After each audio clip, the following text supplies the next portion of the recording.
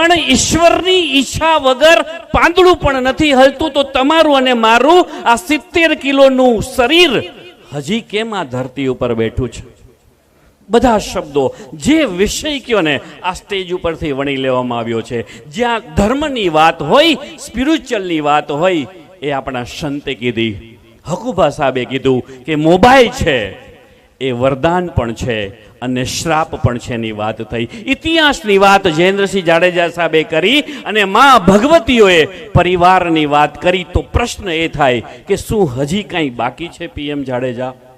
પણ બાકી એ છે કે ક્ષાત્ર ધર્મની સાથે જ્યારે મધ્ય રાત્રિએ રાજપૂતો, કોઈ રાજકુમાર હતા, કોઈ જાગીરદાર હતા, મોટી મોટી જે પોસ્ટ હતી ને, એક જ દિવસમાં એ રાજપૂતો જાહેર પ્રજા બની ગઈ. ત્યારે પ્રશ્ન એ થાય કે રામાયણને જો હું યાદ કરું કે એક ક્ષત્રિય રામ ભગવાનને રાજ મળવાનું હતું અને બીજા દિવસે આદેશ થાય છે કે વનમાં જવાનું છે, ત્યારે એ મહાપુરુષની સાથે જે ક્ષત્રિયાણી મહારાણી બનવાના હતા એ મા સીતા એક વલ્કલ પહેરીને એના પતિની સાથે જાય છે. એટલે મા ભગવતીના ચરણોમાં પ્રણામ, એ તમે ક્ષત્રિયાણીઓ છો. પ્રશ્ન એ થાય છે કે મને વિષય આપ્યો કે પેરેન્ટિંગ, આર્ટ ઓફ પેરેન્ટિંગ, પિતાજીની ફરજો. મારે ફક્ત 5 જ મિનિટ બોલવું છે, આખી મૂવી નહીં બતાવું. હું ટ્રેલરની વાત કરીશ કે જ્યારે લોકશાહી આવી તો રાજપૂત છે એ તમારી અને મારી પહેલી આઈડેન્ટિટી છે કે સાહેબ હું રાજપૂત છું. પણ અત્યારે રેસ છે. બુકમાં લખ્યું હતું કે બાપુ બહુ દોડવું પડ્યું હતું, બાકી રસ્તો હતો ઘરથી સ્મશાન સુધીનો. તો ગેમ ઓફ રેસ શેની છે? શેના માટે દોડવાનું છે? વડીલોની વેદના છે કે રાજપૂતોની પેલી જે ઓળખ છે ને, હું રાજપૂત છું. હવે વડીલોની બીજી ચિંતા છે કે 1 વર્ષનું બાળક, 5 વર્ષનું બાળક કે 10 વર્ષનું બાળક જ્યારે 25 વર્ષનું થશે ને માવડી, એની બીજી ઓળખાણ શું હશે? કે આજે હનુમંતસિંહ જાડેજા એવું કહેતા કે હું અધિક કલેક્ટર છું. ગુમાનસિંહજી એમ કહેતા કે હું મામલતદાર છું. હકુબા સાહેબ એમ કહે કે હું જે કહેવાય ને ગુજરાત રાજ્યના પૂર્વ મંત્રીશ્રી છું. એટલે બસ 2 મિનિટ વાત એ જ કરવાની છે રાજપૂતોને કે હું અને તમે દોડીએ આ બીજી ઓળખાણ માટે. કીધું ને ઉત્પલભાઈ કે મિસ્ટર પીએમ જાડેજા તમે શું કર્યું? હું અહંકારથી નહીં, સ્વાભિમાનથી કહું છું કે મારા દીકરી ડોક્ટર કૃપાક્ષીબા જાડેજા જીજી હોસ્પિટલની અંદર MBBSની ડિગ્રી પૂરી કરી અને PGની તૈયારી કરે છે. આ મારી પહેલી જવાબદારી. બીજી જવાબદારી, રિસેન્ટલી 12 સાયન્સ B ગ્રુપનું રિઝલ્ટ આવ્યું. એમાં ગુજરાતની અંદર 10મો નંબર આવ્યો છે. એ નક્ષત્રરાજસિંહ પીએમ જાડેજા એ મારા દીકરા છે. આ વાત અહંકારની નથી, આ વાત અભિમાનની નથી, પણ મારું સ્વાભિમાન છે. મારા મેરેજ, મારા લગ્ન લાટ ભીમોરા બાએ કીધું ને કે હું ચુડાસમાના દીકરી છું, એટલે યાદ આવ્યું કે મારા ધર્મપત્ની ચુડાસમા છે. અને 1 વર્ષ પછી જ્યારે મારી બેબી કૃપાક્ષીબા જાડેજાને સત્યસાઈ સ્કૂલમાં લેવા જવાની વાત થઈ, ત્યારે મને કીધું કે મને તો ક્યાં સાયકલ પણ આવડે છે. વાત એટલા માટે કરું છું કે મારા ઘરે આવી અને ઇન્ટરવ્યુ લેવાની છૂટ છે કે આજે એ સંજનાબા પ્રવીણ સિંહજી જાડેજા 21 વર્ષથી આ કાર ચલાવે છે. દીકરા દીકરીઓને મૂકવા જાય છે, મારી બેન આવે, મારા સાસુ આવે. રાઈટ? એટલે જે કહેવાય ને ચેરિટી બિગિન્સ ફ્રોમ હોમ. હું પછી વાત કરવા માટે નીકળ્યો છું. પેલા મારા ધર્મપત્ની જ્યારે યુકેજી LKGમાં આવ્યા તો મને કીધું કે મને ઇંગ્લિશ નથી આવડતું. તો એણે કીધું કે જો 2.5 વર્ષની દીકરી ઇંગ્લિશ શીખી શકે તો હું પણ શીખી શકું. એ ચુડાસમાના દીકરી આજે સારું ઇંગ્લિશ બોલે છે. વાત એટલા માટે કરી કે ચેરિટી બિગન્સ ફ્રોમ હોમ. અહીંયા માં ભગવતીનું મંદિર છે, બાજુમાં કૃષ્ણ છે. પેરેન્ટિંગ વર્કશોપની અંદર વાત એ કરું છું કે અહીંયા મંદિરની બહાર 2 પથ્થર હતા. એક પથ્થર એવું કીધું કે મારા ઉપર હથોડા ન પાડતા, મારા ઉપર છીણી નહીં પાડતા, એટલે કે મને દુઃખ નહીં આપતા. મારે કમ્ફર્ટ ઝોનમાં રહેવું છે, મારે પેઇન નથી લેવું, મારે દુઃખ નથી લેવું. વાત એટલા માટે કરું છું કે જે પથ્થરે એવું કીધું ને કે મને દુઃખ નહીં આપતા, એની ઉપર દુનિયા નાળિયેર ફોડે છે. અને જેણે કીધું કે તમે મને હથોડા મારો, તમે મારા ઉપર છીણી મૂકો, અને એ કૃષ્ણ ભગવાનની મૂર્તિ બની અને એ પૂજાય છે.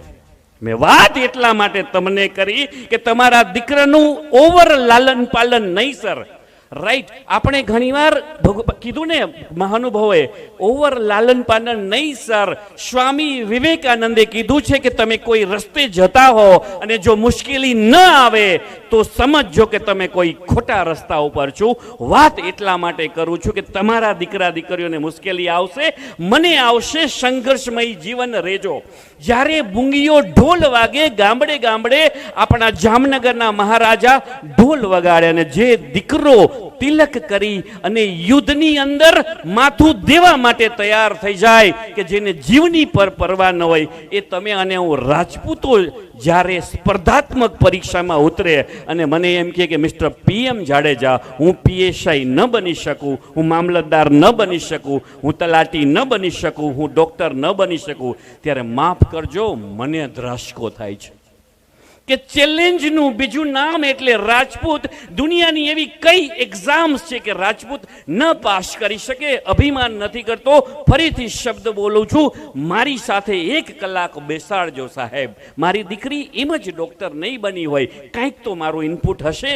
મારો દીકરો B ગ્રુપ સાયન્સની અંદર ડોક્ટર બનવા જઈ રહ્યો છે, કાંઈક મારું ઇનપુટ હશે. મારી પ્રાર્થના એ જ છે, પેરેન્ટિંગ વર્કશોપ તરીકે 3 જ શબ્દ આપી અને હું મારું લેક્ચર પૂરું કરીશ. એમાં પહેલો શબ્દ છે રિસ્પોન્સિબિલિટી, એનું ગુજરાતી થાય જવાબદારી. 1 વર્ષનું બાળક તમારા ખોળાની અંદર છે, ભવિષ્યની કલ્પનાઓ કરવાનું છે, એની જવાબદારી તમને આપી છે. અને રાજપૂતનો દીકરો બેઠો બેઠો માવો ચોડતા ચોડતા મને એમ કહે કે મારો દીકરો નબળો છે, ત્યારે એની આંખમાં આંખ નાખીને કહો કે નબળો નથી, તમે માવો છોડી દો. વ્યસન મુક્તિ વિષયાંતર થઈ જશે. એટલે પહેલો શબ્દ છે જવાબદારી. ભાઈ તરીકેની જવાબદારી, બેન તરીકેની જવાબદારી, રાજ્યમંત્રીની જવાબદારી હોય કે મહિલા વુમન એમ્પાવરની જવાબદારી હોય. 3 શબ્દ જ કહેવા છે, હું પછી બેસી જઈશ. એટલે જવાબદારી સમજો. કદાચ માં ભગવતીની આશીર્વાદથી હું પતિ તરીકેની જવાબદારી કદાચ નિભાવી શક્યો હોય, એક પિતા તરીકેની જવાબદારી નિભાવી શક્યો હોય, એનું આ એક રિઝલ્ટ છે. પહેલો શબ્દ છે અરીસાની સામે ઊભા રહેજો કે માં ભગવતીએ તમને રાજપૂતોને શું નથી આપ્યું સાહેબ.